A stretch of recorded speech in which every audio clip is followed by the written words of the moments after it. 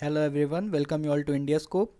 तो आज के इस वीडियो में हम पढ़ेंगे इंडियन काउंसिल्स एक्ट ऑफ 1892 के बारे में। तो अभी पिछले वीडियो में हमने पढ़ा था इंडियन काउंसिल्स एक्ट ऑफ 1861।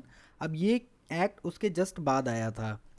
तो जैसे उस एक्ट में इंडियंस का रिप्रेजेंटेशन स्टार्ट हो रहा था धीरे धीरे, वैसे ही इस एक्ट में क्या होता है, एक्सपेंशन होता है इंडियन पार्टिसिपेशन का एडमिनिस्ट्रेशन में। तो मतलब इस एक्ट में मतलब थोड़ा सा एक्सपैंड हो गया है वो पार्टिसिपेशन जो कि स्टार्ट हुआ था 1861 में।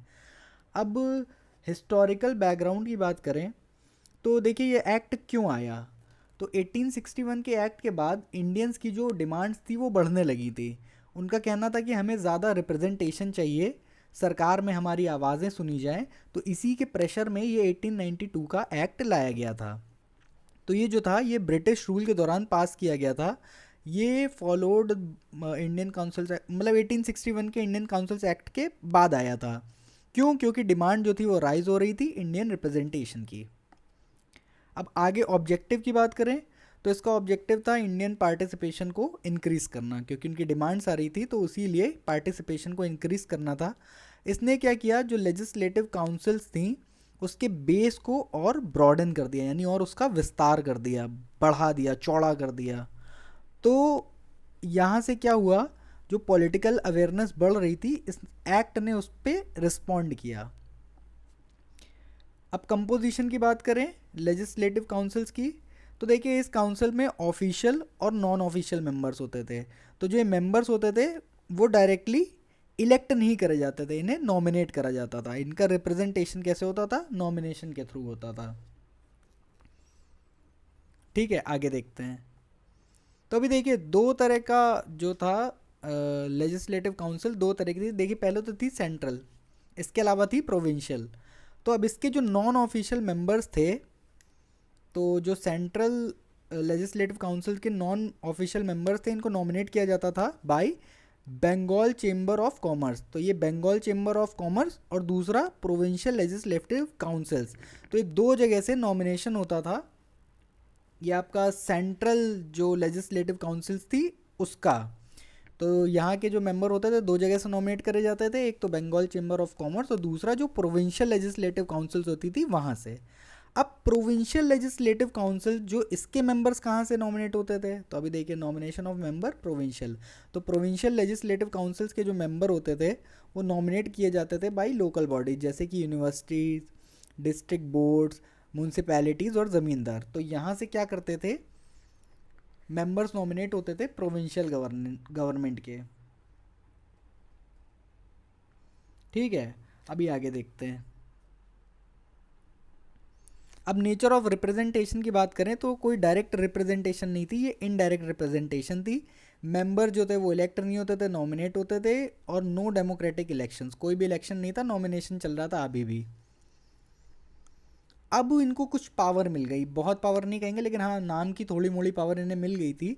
ये जो काउंसिल्स थी इनको अलाउ कर दिया गया बजट को डिस्कस करने के लिए, मतलब अब ये बजट पर चर्चा कर सकते थे। लेकिन इनके पास कोई भी पावर नहीं थी कि वोट कर सकें बजट पे। तो ये इसे कह सकते हैं ये पहला स्टेप था फाइनेंशियल डिस्कशन को लेकर के। अब बजट पे इनको चर्चा करने का अधिकार मिल गया तो इसे पहला स्टेप बोल सकते हैं फाइनेंशियल डिस्कशन का। अभी जो मेंबर्स होते थे ये क्वेश्चंस पूछ सकते थे एग्जीक्यूटिव से, लेकिन क्वेश्चन जो थे वो लिमिटेड थे, पहले से परमिशन लेनी पड़ती थी। और एग्जीक्यूटिव जो थे इनका सजेशन मानने के लिए बाउंड नहीं थे। वो सजेशन सुन सकते हैं, उन्हें पसंद आएगा तो वो एक्सेप्ट करेंगे, लेकिन ऐसा कोई बाउंडेशन नहीं है कि इनके सजेशन उनको एक्सेप्ट ही करने हैं। अब इस एक्ट की लिमिटेशंस क्या थी? नो रियल लेजिस्लेटिव पावर, अभी भी कोई रियल लेजिस्लेटिव पावर नहीं थी। कोई भी कंट्रोल नहीं था एग्जीक्यूटिव के ऊपर इनका। एग्जीक्यूटिव का मन करेगा मानेगा, नहीं मन करेगा कोई बाउंडेशन नहीं है। ब्रिटिश डोमिनेंस अभी भी कॉन्टिन्यूड थी, मतलब ऐसा नहीं है कि ब्रिटिश गवर्नमेंट के ऊपर कुछ अपर हैंड हमें मिल गया, अभी भी ब्रिटिश डोमिनेंस कॉन्टिन्यूड थी। अब सिग्निफिकेंस की बात करें तो इसने इनडायरेक्ट इलेक्शन सिस्टम स्टार्ट कर दिया। अब इनडायरेक्ट इलेक्शन सिस्टम कैसे, जो नॉमिनेशन था वो अब यूनिवर्सिटीज़, म्यूनसिपैलिटीज़ इनके थ्रू होने लगा। तो ये कह सकते हैं कोई डायरेक्ट नहीं, अब यूनिवर्सिटीज़ अगर नाम सुझा रही हैं तो देखा जाए एक तरह से इलेक्शन ही है, डायरेक्ट नहीं कहेंगे कि हर एक जनता के थ्रू इलेक्शन हो रहा है, लेकिन इनडायरेक्ट इलेक्शन बोल सकते हैं। अभी अंग्रेज़ उठा करके किसी को नॉमिनेट कर दें, उससे तो ये बेटर है कि यूनिवर्सिटीज़ और ये म्यूनसिपैलिटीज़ नाम सजेस्ट करें। तो इसे कह सकते हैं इनडायरेक्ट इलेक्शन सिस्टम यहाँ से स्टार्ट हुआ। पॉलिटिकल अवेयरनेस थोड़ी सी बढ़ गई पहले से, और यहाँ से जो है वो फ्यूचर रिफॉर्म्स का ग्राउंड तैयार होने लग गया था। अब 1861 के साथ अगर इसका कंपैरिजन करें तो जो रिप्रेजेंटेशन था वो थोड़ा वाइडर हो गया, ज़्यादा नॉमिनेटिंग बॉडीज़ इंक्लूड हुई अभी भी, लेकिन पावर जो थी वो अभी भी लिमिटेड थी।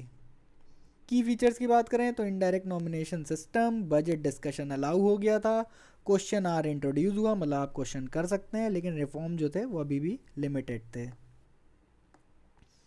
कंक्लूजन की बात करें तो ये मॉडरेट कॉन्स्टिट्यूशनल रिफॉर्म था। इसने कोई भी सेल्फ गवर्नमेंट को अभी तक इंट्रोड्यूस नहीं करा था, मतलब यहाँ से भी हमारा संविधान बनना तो नहीं चालू हुआ था, लेकिन हाँ एक नींव पड़ रही थी।